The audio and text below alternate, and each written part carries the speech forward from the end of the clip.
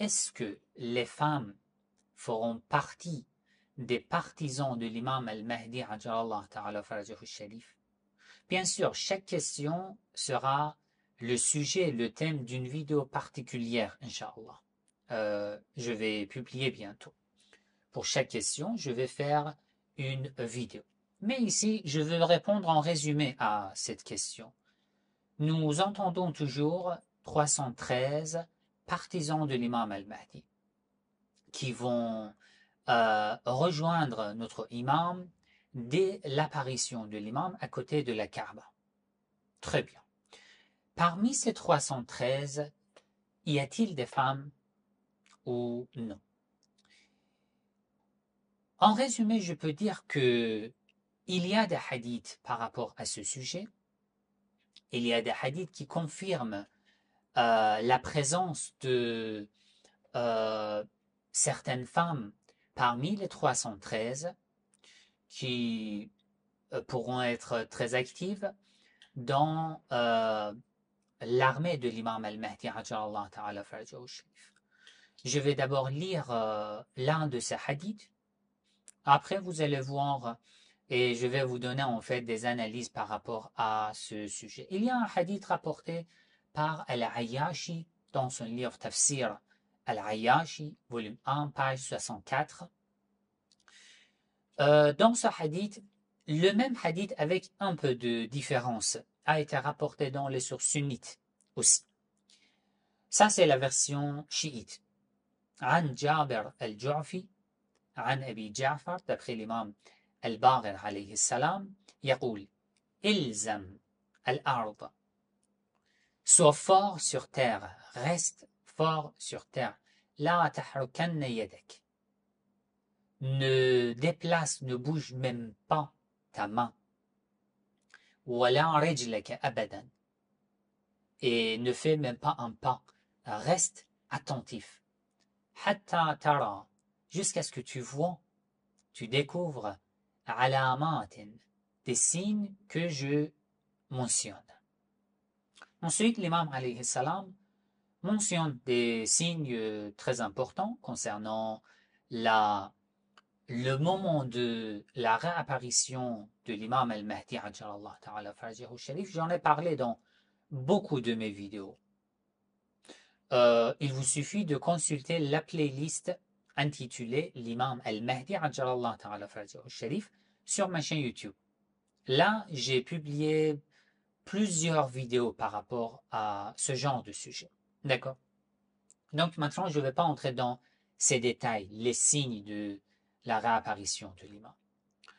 Ensuite, l'imam alayhi salam dit وَيَجِيءُ le Mahdi arrive, Wallah, je jure par Allah, ثلاثة ويجيء والله 310 رجلا et je jure par Allah que 300 personnes et 300 et quelques personnes, hommes, arrivent et viennent, فيهم 50 امرأة, parmi lesquelles il y a 50 femmes, يجتمعون بمكة, ils se rassemblent, en fait, ils se réuniront à côté de la Kaaba, autour de la Kaaba, على غير ميعاد, alors qu'il n'y avait pas de rendez-vous.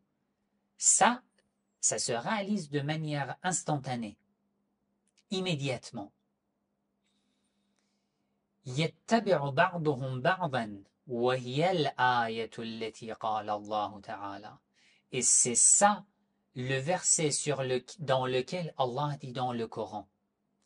L'imam alayhi salam donne une interprétation à ce verset coranique. C'est quoi ce verset? Allah dit أينما تكونوا يأتي بكم الله جميعا. Où que vous soyez, Allah vous rassemble toutes et tous. Nous disons, mais apparemment ce verset concerne le jour de la résurrection, le jour du jugement dernier. Où que vous soyez, Allah vous rassemble, il va vous réunir. Inna Allah ala kulli shay'in qadir. L'imam alayhi salam dit oui, Mais chaque verset peut avoir plusieurs interprétations et significations cachées. C'est possible, oui, c'est possible. Plusieurs significations cachées.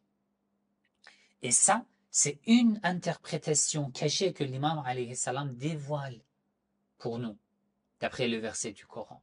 Aynama takunu ya'ti bikumullahu jami'a. Où que vous soyez, Allah va vous rassembler, vous réunir. Qui? Il s'adresse aux partisans de l'imam al-Mahdi, hajjarallahu ta'ala farajahu sharif. C'est ça ce qui se déroulera, incha'Allah. Parmi lesquels, d'après ce hadith, il y a 50 femmes. Il y a 50 femmes. Alors, est-ce que ce hadith est digne de confiance et tout à fait authentique ou non? Je peux dire que dans ce genre de détails, il ne faut pas oublier, dans ce genre de détails, vous ne pouvez pas prendre n'importe quel hadith et dire que voilà, regarde ce hadith.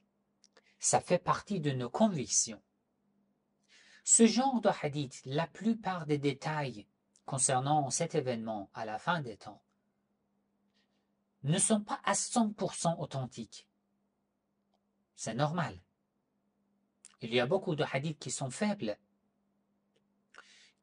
sur lesquels nous ne pouvons pas en fait nous baser la foi et la conviction. C'est important de savoir. Ce n'est pas si facile de prendre n'importe quel hadith que nous trouvons dans les livres, même les livres de hadith, et de dire que voilà, ça c'est une parole de l'imam alayhi salam et que ça fait partie de nos convictions. Ça veut dire quoi? Ça veut dire que ces hadiths sont à vérifier. Cela veut dire que si la chaîne de transmission de ce hadith n'est pas authentique, nous devons les refuser? Non. Ce n'est pas ainsi que nous comportons avec ce genre de hadith. Si un hadith est authentique, nous le prenons. Si un hadith est confirmé par le Coran, nous prenons.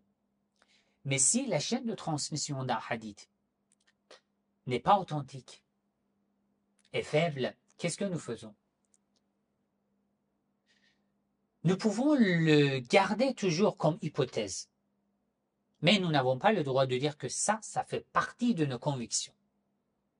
Le contenu de ce hadith. Non. Nous le gardons comme hypothèse. Parce que la chaîne de transmission déjà n'est pas authentique. Si le contenu n'est pas contre le Coran, nous pouvons le garder comme hypothèse. Le fait que la chaîne de transmission d'un hadith n'est pas authentique ne veut pas dire qu'il faut le refuser. Mais nous pouvons le garder comme hypothèse. Alors, concernant ce sujet, c'est pareil. La présence de plusieurs femmes parmi les 313 est-elle mentionnée dans le hadith? Oui, cette présence a été mentionnée dans le hadith. Même quelques hadiths sunnites. Est-ce que ce hadith est authentique? La chaîne de transmission n'est pas à 100% authentique. Parce que Al-Ayyashi rapporte ce hadith. Et vous savez que la version actuelle de Al-Ayyashi, Tafsir Al-Ayyashi, après des années, après le décès de Al-Ayyashi, le copiste le plus ancien qui a copié le manuscrit de Tafsir de Al-Ayyashi, il dit dans la préface du livre que du fait que le fait de mentionner toutes les chaînes de transmission prend beaucoup de place afin de diminuer le volume de ce livre, malheureusement,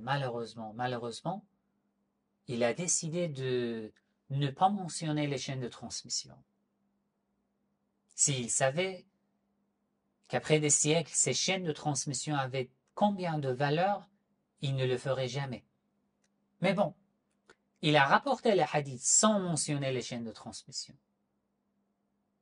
ce qui est devenu vraiment une calamité. Parce que ce livre contient des hadiths vraiment uniques. Mais bon. Alors, ces hadiths avaient des chaînes de transmission, mais elles ont été supprimées. Et maintenant, nous avons deux choix. Soit aller vérifier dans d'autres livres de hadiths qui ont été rédigés avant Al-Ayyashi, au moment contemporain de Al-Ayyashi ou après Al-Ayyashi, pour voir si nous pouvons trouver une chaîne de transmission, le même hadith, avec une chaîne de transmission ou non. Si nous trouvons, nous pouvons vérifier cette chaîne de transmission. Et si nous ne trouvons pas, ça fait quoi? Nous pouvons le garder comme hypothèse, mais nous n'avons pas le droit de considérer le contenu de ce hadith comme une partie de la foi chiite, de la foi islamique, mais nous le gardons comme hypothèse. D'accord?